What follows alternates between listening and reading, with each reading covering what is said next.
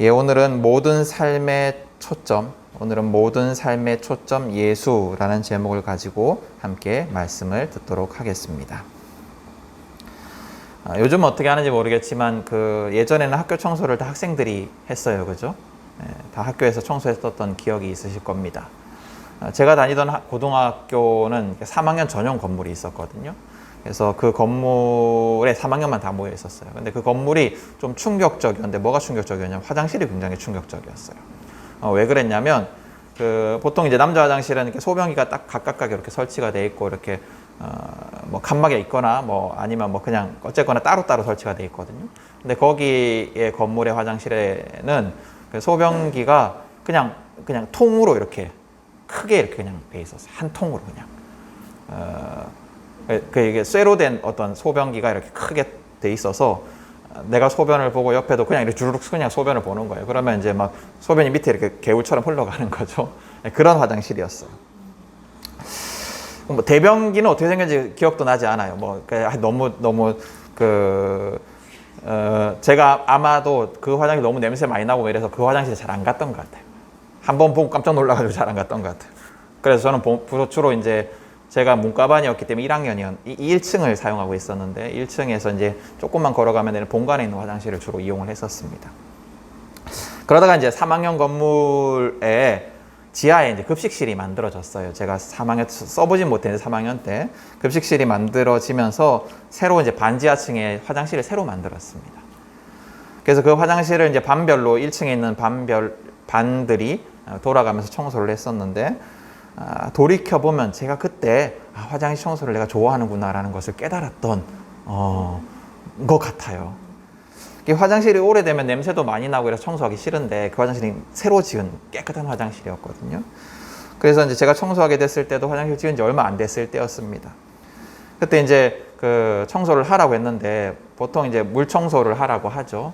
근데 제가 그때 왜 그런지 모르겠지만 양말을 벗고 교복을 걷어 올리고 슬리퍼 실내화를 신고 막 물 청소를 진짜 제대로 했던 기억이 납니다.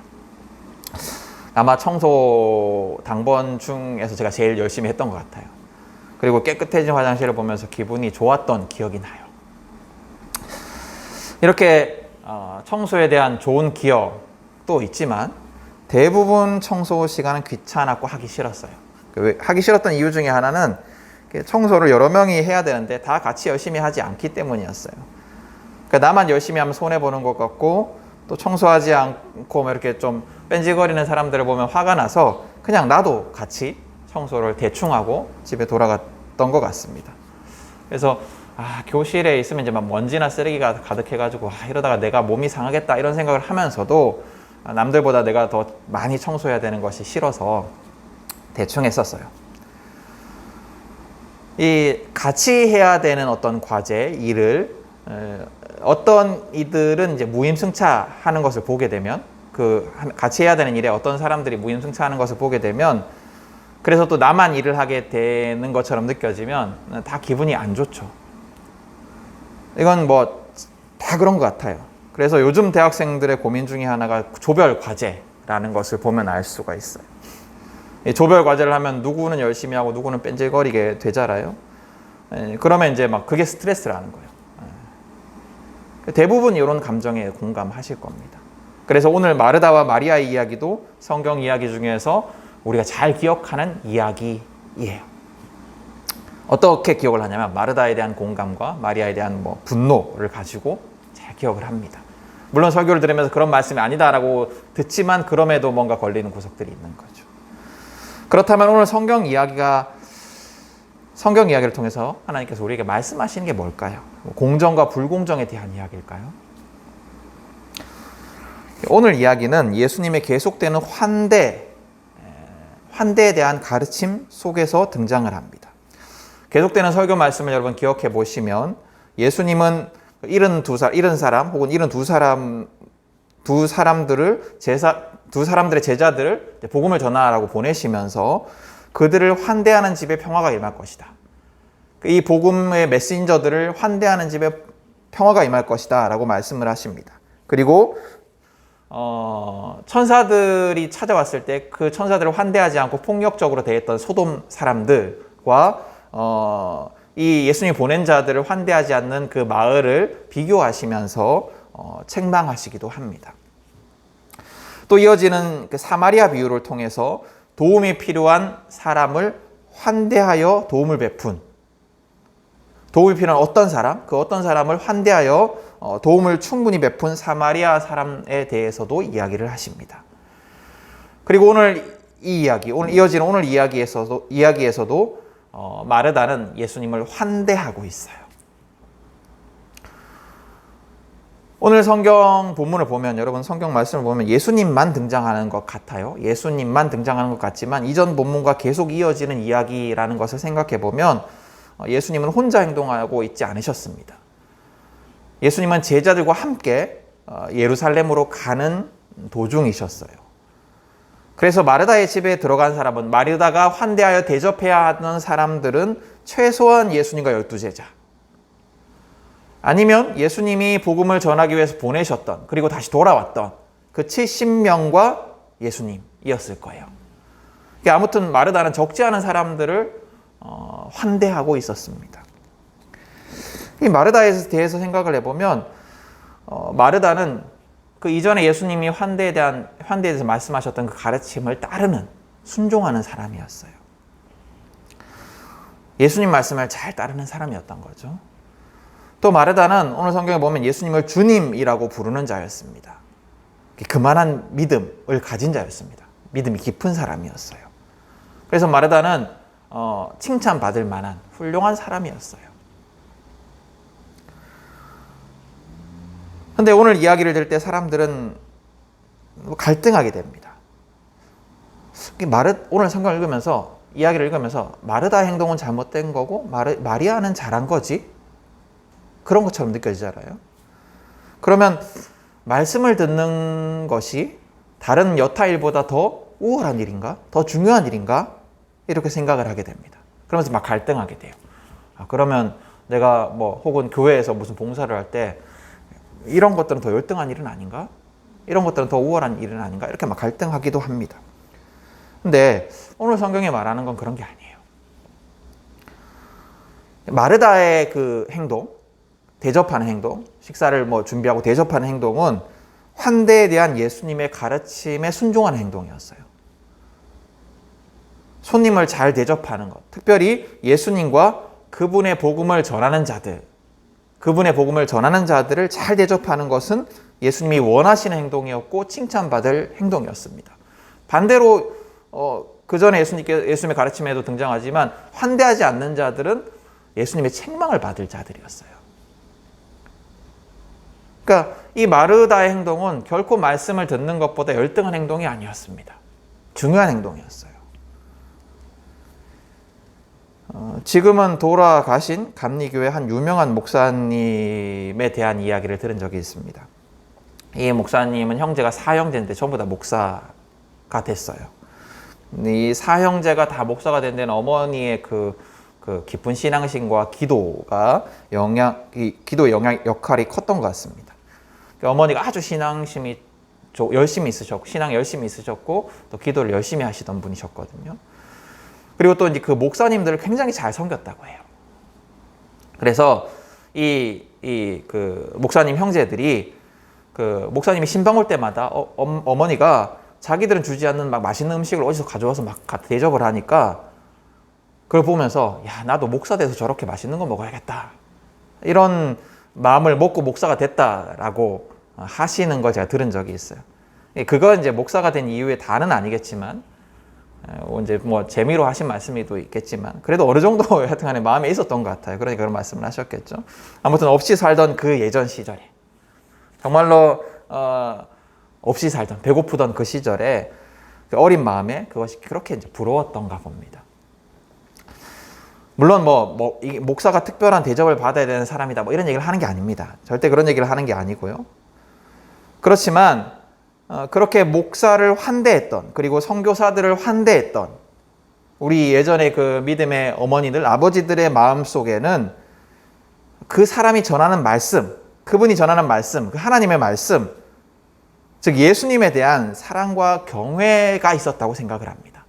그냥 단순히 그 목사라고 해서 섬긴 게 아니에요. 그냥 단순히 선교사라고 섬긴 게 아니고 그분이 전하는 말씀에 대한 경외감이 있었기 때문에, 그분이 하나님의 말씀을 전하는 사람이다라는 경외감이 있었기 때문에 그분들을 잘 섬겼던 것 같아요. 반대로 그 전하는 자를 홀대하면서 그 사람에 대해서 막 좀 경멸하고 그 전하는 말씀을 전하는 사람들에 대해서 홀대하면서 그 사람의 입에서 나오는 하나님의 말씀을 귀하게 들을 리가 없습니다. 그렇잖아요, 그죠? 그래서 예수님도 오늘 본문의 같은 장 전반부에 72명의 제자들을 보내시면서 그분의 말씀을 전하는 자들, 그 말씀을 전하는 제자들에 대한 사람들의 태도를 그분에 대한 태도로, 예수님에 대한 태도로 받아들이신 거예요. 그 제자들이 특별나서 그런 것이 아니고 그 제자들이 전하는 그 메시지가 나의 메시지이기 때문에, 그 제자들을 귀하게 받아들이는 사람은 곧 나의 말씀을 귀하게 받아들이는 것이라 생각하셨기 때문에, 그랬기 때문에, 또 그 제자들을 홀대하는 자는 곧 예수님의 말씀도 홀대하는 자라고 여기셨기 때문에 그렇게 말씀을 하신 거죠. 하물며 예수님에 대한 환대가 말할 것이 있겠습니까? 예수님이 보낸 자들에 대한 환대도 예수님께서 중요하게 여기셨는데, 하물며 예수님에 대한 환대, 예수님에 대한 환대는 말할 거 뭐가 있겠습니까? 그러니까 마르다는 앞서 말한 대로 좋은 믿음의 사람이었고 좋은 일을 하고 있었어요. 중요한 일을 하고 있었어요. 마르다의 접대는 마리아의 경청에 비해서 결코 열등하지 않았고 예수님이 원하신 행동이었습니다.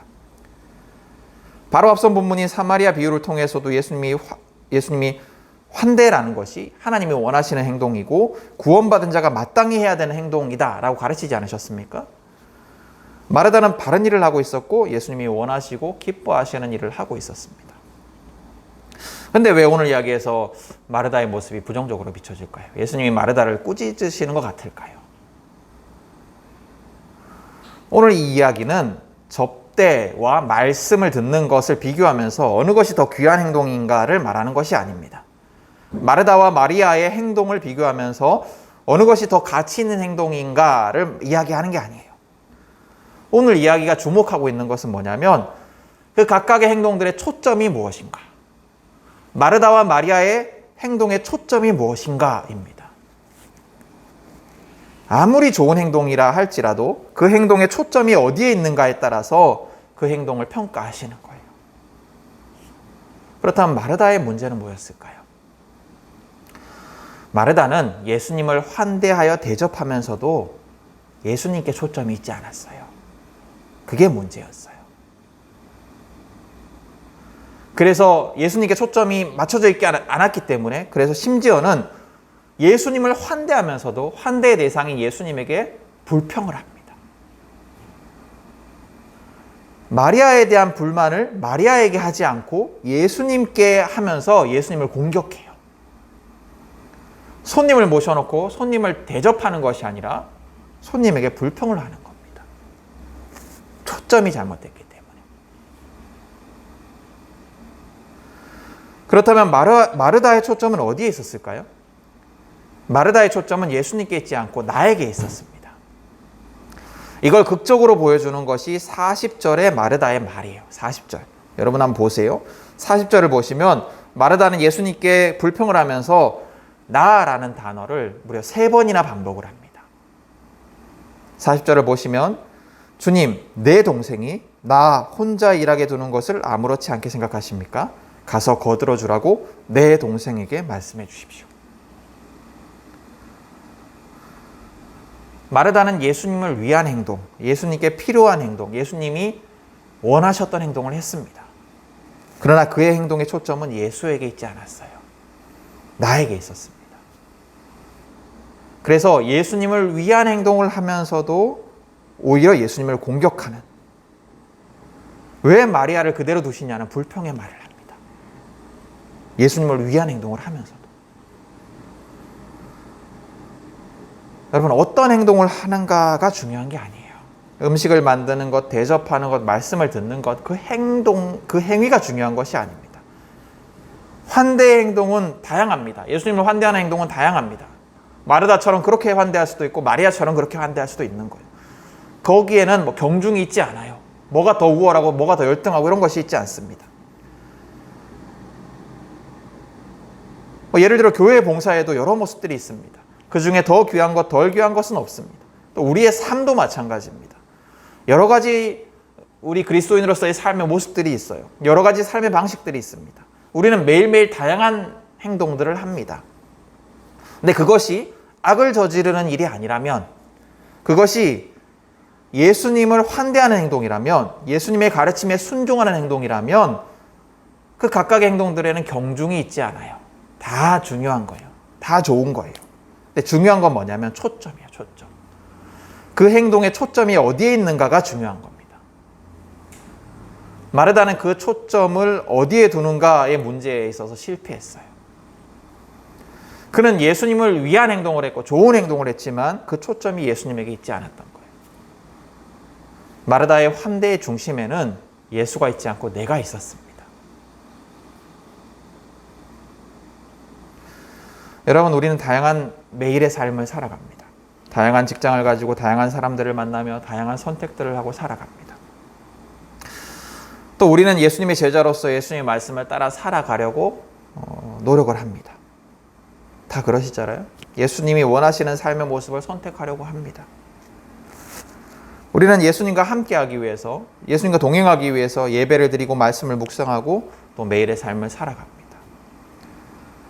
근데 여러분, 그런 삶을 살아가는 우리에게 스스로 질문해야 하는 것이 있어요. 뭐냐면 나의 삶의 모든 행동들의 초점이 어디에 있는가? 나의 삶의 모든 행동들의 초점이 어디에 있는가? 라는 질문입니다. 여러분 모두 다 보기에는 정의롭고 거룩하고 상대적으로 깨끗한 삶을 살아가고 있을 겁니다. 그래도 여러분들이, 우리 함께 예배드린 여러분들이, 말씀을 듣는 여러분들이 아주 악한 삶을 살아가고 있지는 않을 겁니다. 나름대로 예수님이 원하시는 환대의 삶을 살아가고 있을 거예요. 예수님을 환대하고 이웃을 환대하는 삶을 나름대로 살아가고 있을 겁니다. 근데 여러분, 그 모든 삶의 행동의 중심에 예수가 있습니까? 그 모든 행동의 초점이 예수님께 집중되어 있습니까?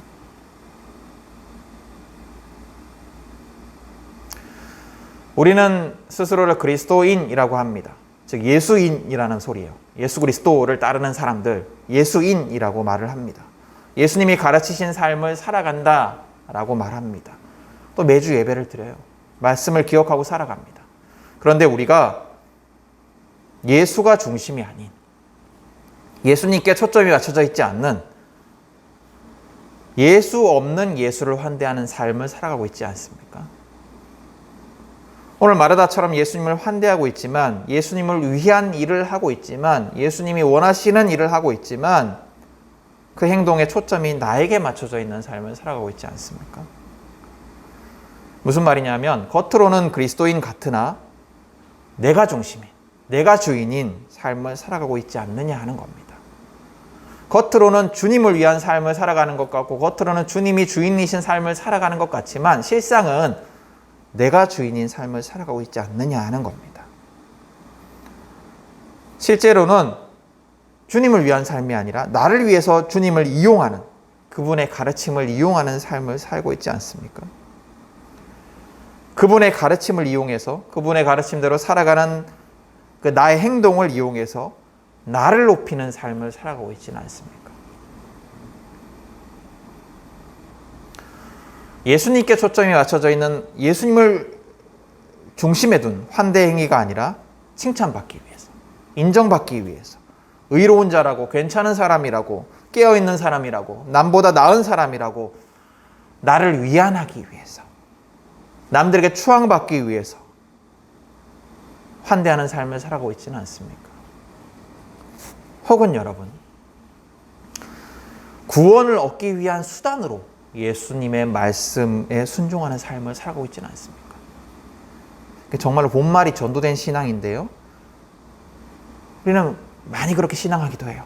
구원을 얻기 위한 수단으로 예수를 이용하는 거예요. 내가 구원받기 위한 수단으로 예수를 이용하는 거예요. 예수님에 대한 사랑, 그분의 희생과 은혜에 대한 감사와 사랑으로 그분을 따르는 것이 아니라 구원을 얻기 위한 수단으로 예수를 이용합니다. 나를 위해서, 나의 구원을 위해서 예수를 믿습니다. 여러분, 구원을 얻기 위해 예수를 믿는다.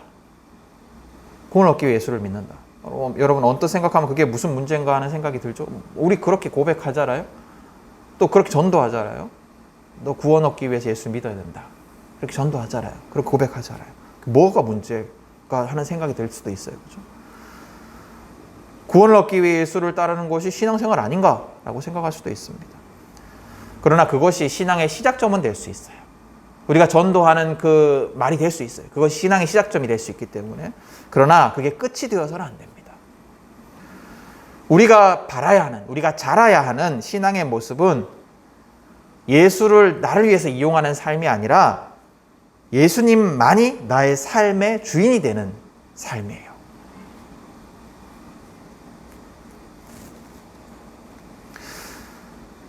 나의 구원을 위해서 예수를 이용하는 신앙은 우리를 가식적인 그리스도인으로 만듭니다. 나의 구원을 위해서 예수를 이용하는 신앙은 구원의 확신이 있어요. 구원의 확신을 가지고 살아갑니다. 겉으로는 좋은 신앙인으로서 좋은 행동들을 많이 합니다. 그렇지만 그러면서 나를 내세우고 나를 자랑하고 그래서 위선적인 교만한 그리스도인이 되는 거예요. 내가 주인인 신앙인으로 살아가게 되는 겁니다. 여러분, 우리가 이 시간 간절히 깨닫기 원하는 것은 우리의 모든 삶이 예수님의 가르침을 따르는 삶이어야 하고, 또 더 중요하게는 우리의 모든 삶이 예수님께 초점이 맞춰져 있는 삶이어야 한다라는 겁니다. 예수님이 중심이 된 삶을, 예수님만이 주인된 삶이어야 한다라는 거예요. 우리의 삶이. 그러기 위해 중요한 훈련 중에 하나가 예배예요. 여러분, 매 주일의 예배는 매일의 삶을 예수님 중심으로 살아가기 위한 필수적인 시간입니다. 매주 주님께 복종하는 예배 없이 매일매일 주님이 주인 되시는 삶을 살아간다라는 것은 불가능한 일이에요.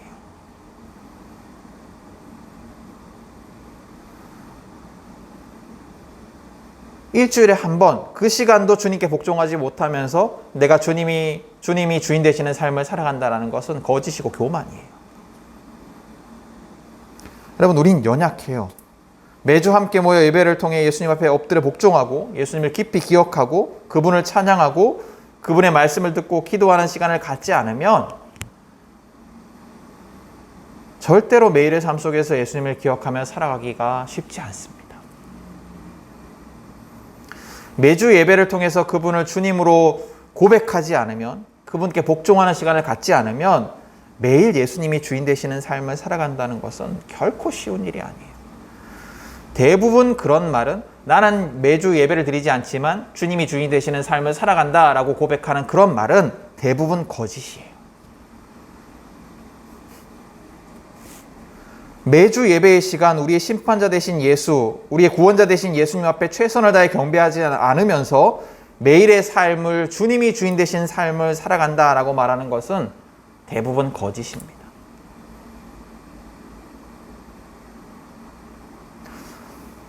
헌금도 마찬가지예요. 우리가 헌금을 하고 매주 기도하지만 주님이 주인 되심을 고백한다라고 말하지만 내가 가지고 있는 것 중에 고작 그것도 주님 앞에 드리지 못하면서, 복종하지 못하면서 내 모든 물질이 주님의 것이다 라고 고백하는 것은 거짓이에요. 제가 예배 때 시간을 강조하는 것, 늦지 말라고 강조하는 것, 또 미리 와서 기도하라고 강조하는 것, 또 매주 예배를 귀하게 여기고 빠지지 말라고 하는 건 그것 때문이에요. 예배에 늦는 것, 또 어떤 신앙의 의무를 소홀히 하는 것, 헌금 같은 거 소홀히 하는 것, 예배에 집중하지 못하는 것, 그 자체는 별것 아닐 수 있어요. 또 여러 가지 사정들이 다 있겠죠. 그렇지만 그것 하나하나를 지켜가는 것이 정말로 중요한 거예요. 그 모든 것이 예배를 향한 우리의 마음, 주님을 향한 우리의 마음을 드러냅니다. 내가 정말 예수님을 귀하게 여긴다면, 내가 정말 예수님을 주인이라고 고백한다면 그분과 만나는 시간, 그분께 감사를 표하는 시간, 그분을 찬양하는 시간을 어떻게 대충 소홀히 여기겠습니까? 누가 주인을 그렇게 함부로 대합니까? 주님은 우리를 더할 수 없는 큰 사랑으로 사랑하시고 용납하시는 분이지만 그것이 우리가 주님을 쉽게 내가 편한 대로 대할 수 있는 이유는 되지 않습니다. 그럴수록 더 복종해야죠.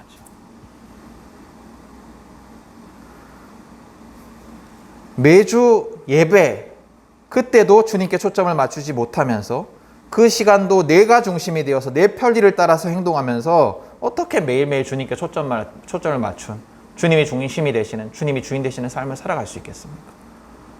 그럼 그 거짓말이잖아요. 여러분, 우리의 모든 삶에 주님이 중심에 있어야 합니다. 우리가 무엇을 하는가, 그게 중요한 게 아니에요. 우리는 다양한 삶을 살아갑니다. 주님을 따르는 삶이라면 모든 것이 다 중요해요. 모든 것이 다 귀해요. 그러나 중요한 것은 뭐냐? 그 중심에 무엇이 있는가입니다. 그 초점이 어디에 있는가입니다. 우리가 겉으로 아무리 대단한 삶을 살아간다 할지라도 그 초점에, 그 중심에 주님이 없으면 결국 그것은 다 우리를 망하게 하는 행동들이에요. 다 우리를 교만하게 만들고 다 우리를 주님으로부터 멀어지게 하는 행동들인 겁니다. 오늘 주님은 그 초점에 예수가 있는, 그 초점에 주님이 있는 마리아를 칭찬하십니다. 그리고 그 중심에 예수가 없는 환대를 행한 마르다를 가르치십니다. 여러분 스스로에게 질문해 보십시오. 나의 삶의 모든 행위의 초점은 어디에 있습니까? 나의 삶의 모든 행위의 초점은 어디에 있습니까?